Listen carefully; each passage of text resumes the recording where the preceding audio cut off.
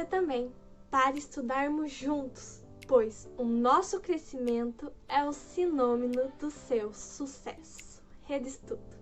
Então, hoje nós vamos falar sobre a diferença, ou vamos comparar estruturas celulares de células vegetais e de células animais.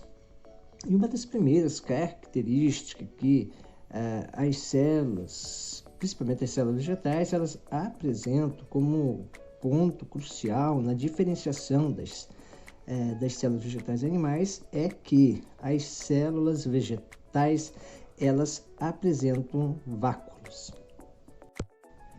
Então, amiguinhos, uma outra estrutura de muita importância, a gente tem que entender, é a questão dos plastos.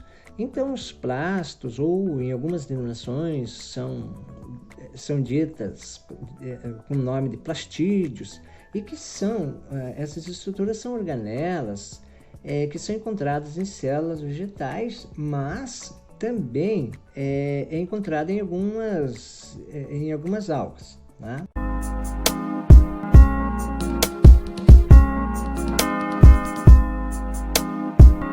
E estes plastos, eles são originários dos proplastos. Né? Então, os proplastos que dão a origem dos plastos. E o que seria esse proplasto? Bom, os proplastos são um conjunto de células meristemáticas, né? E o que quer dizer meristemática? Meristemática que dão origem ou que dão a condição de originar novas unidades nesse conjunto de pensamento, não é? E com isso vai surgir os leucoplastos, os cromoplastos e os cloroplastos.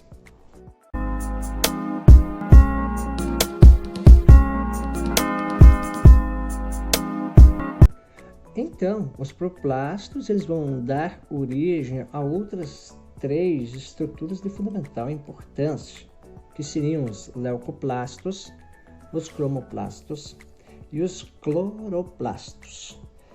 Os leucoplastos, estes são incolor, né?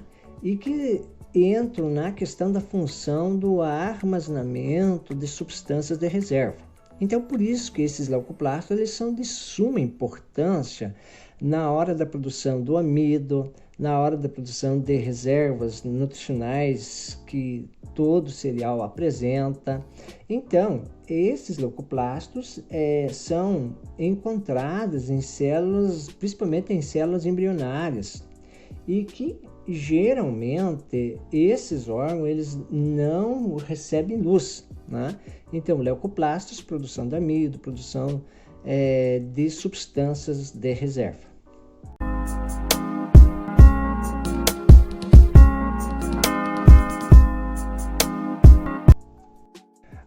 Uma outra estrutura de fundamental importância em toda a fisionomia e fisiologia vegetal seriam os cromoplastos. Só para nós entender, cromo, se pegar o prefixo cromo, quer dizer cor, né? E plastos, que é proveniente dos plastídeos ou dos plastos. Então, são plastos que armazenam pigmentos, né? E que essas estruturas são encontradas nas pétalas das flores, em frutos e até em algumas raízes. Por quê? E essas estruturas são que dão a exuberância da natureza das flores, de algumas cores mais exuberantes, de frutos e até de algumas raízes. Então, cromo é relacionado à cor.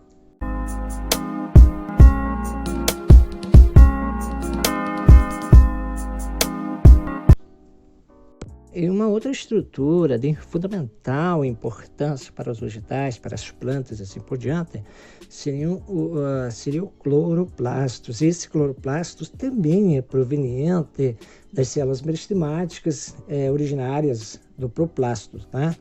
Então, cloroplastos são plastos que vão armazenar o pigmento verde da planta, né? E também são de fundamental importância na síntese da matéria orgânica, no caso dos açúcares, durante o processo da fotossíntese. Então, como nós falamos do cloroplastos, que são responsáveis pelo pigmento, pelo armazenamento do pigmento verde da planta, que são responsáveis pela síntese da matéria orgânica, assim por diante. Mas será que existe alguma planta que não realiza esse processo da fotossíntese? Então, essa pergunta é bastante íntima, e como a resposta também vai ser íntima, tá bem? Existe sim, por exemplo, uma das espécies como do cipó chumbo. E esta planta, como é uma holoparasita, é uma parasita vegetal, ela retira os nutrientes necessários para a sua sobrevivência da planta que ela está parasitando. Então, por não apresentar cloroplastos, ela automaticamente também não vai realizar a fotossíntese, mas ela sobrevive na condição de parasita vegetal.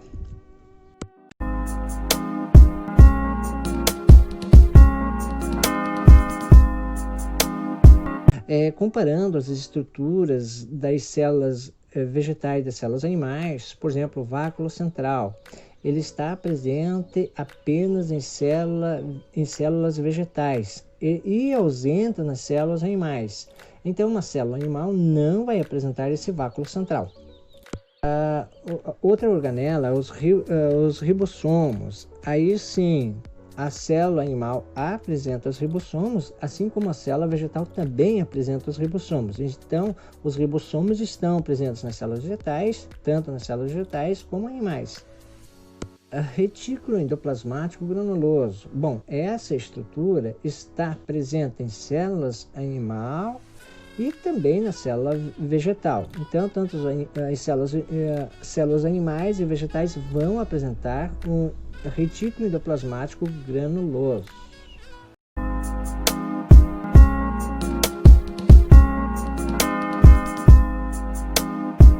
Retículo endoplasmático liso, essa estrutura está presente em células animais e também em células vegetais. Então, são estruturas que estão presentes nesses dois tipos de células, tanto animal quanto vegetal. Uma outra estrutura de fundamental importância na hora da diferenciação ou da gente entender da diferença da célula vegetal e animal seria a presença dos plastos. Então, amiguinhos, os plastos eles estão presentes em células vegetais e em células animais essa estrutura, os plastos estão ausentes. Então não existe plastos em células animais, amiguinhos, certito? Uma outra estrutura, plasmodesmos. Então, essa estrutura também é exclusiva de células vegetal. Então, não existe plasmodesmos em células animais. Então, esses plasmodesmos são estruturas que a gente estuda lá pela frente do conteúdo dos vegetais, que os plasmodesmos são estruturas de comunicação entre umas células e outra, né? Então, esta é exclusivamente estrutura presente em células vegetais e ausentes em células animais.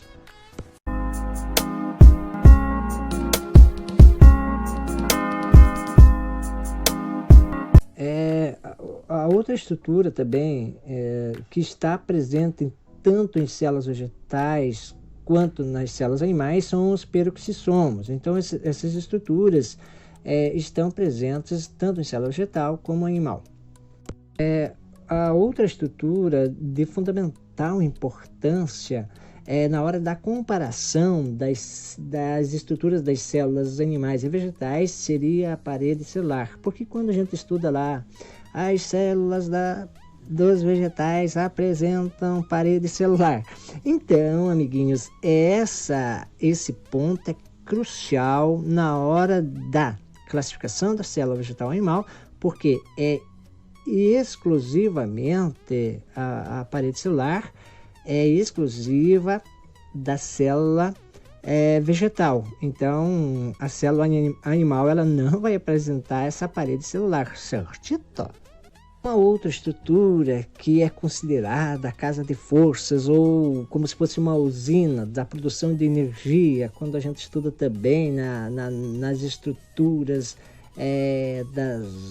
até da respiração celular e assim por diante, a estrutura muito complexa que é a famosa mitocôndria. E essa mitocôndria, ou essa estrutura, organela, como queira entender, ela está presente sim em células animais e também em células vegetais.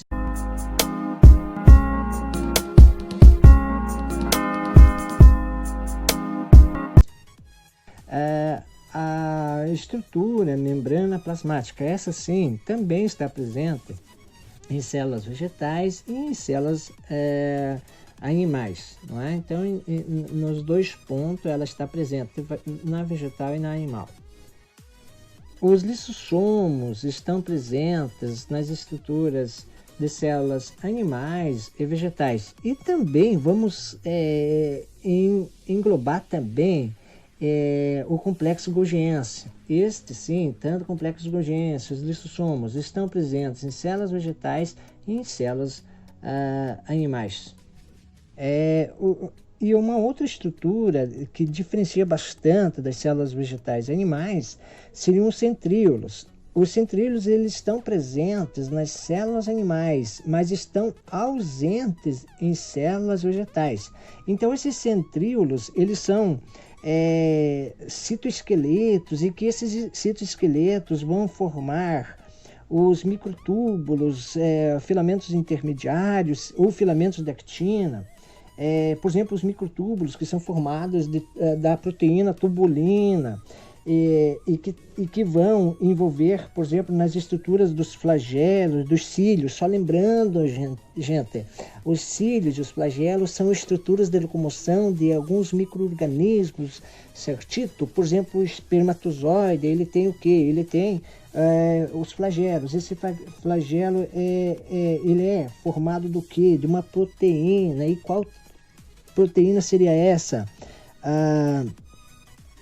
Ou, por exemplo, no citossol, as estruturas que vão promover a ciclose, a contração muscular, seriam esses filamentos ou microtúbulos que são responsáveis, através da tubulina ou outras estruturas, através da actina, que dão a condição do impulso muscular ou até de estruturas microscópicas do nosso organismo, onde dá o processo complexo que é a vida e assim por diante.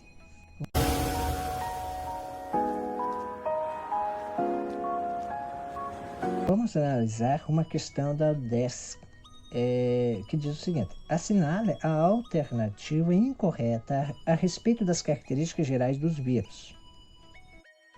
Letra A. Muitos vírus são específicos em relação ao hospedeiro, atacam apenas um tipo de células ou poucos tipos.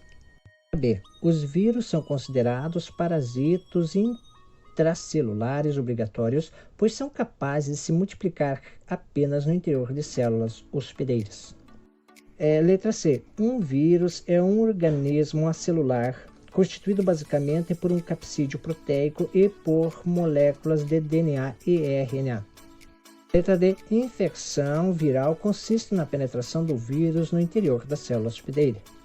Letra E. Após a adesão do vírus à membrana plasmática da célula hospedeira, pode haver a entrada de todo o vírus no interior celular ou apenas do seu material genético.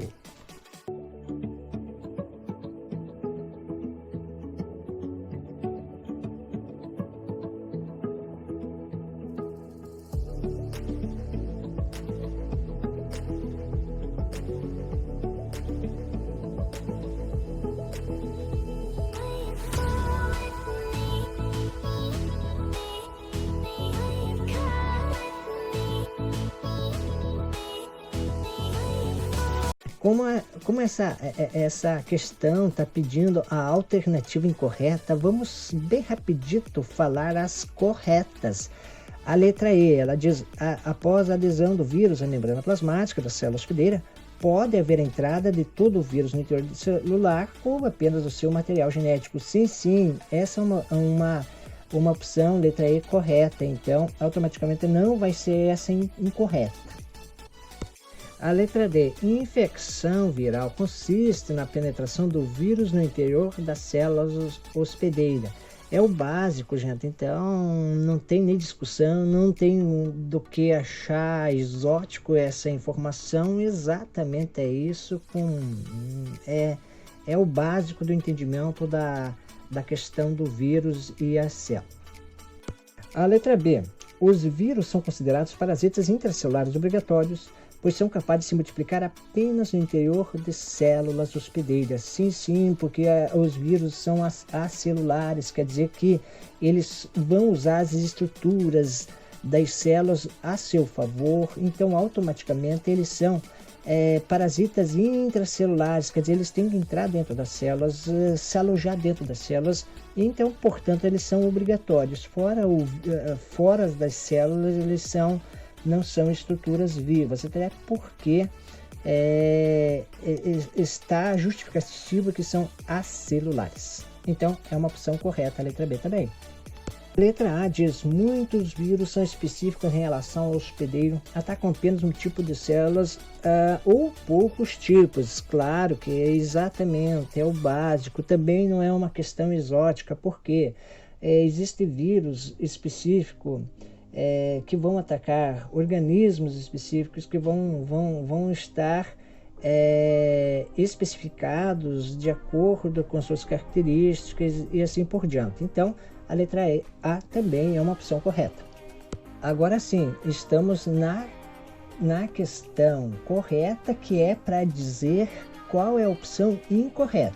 Né? Complicado assim. Então, aqui diz o seguinte, um vírus é um organismo acelular. Até aqui está corretito, tá certo? É acelular.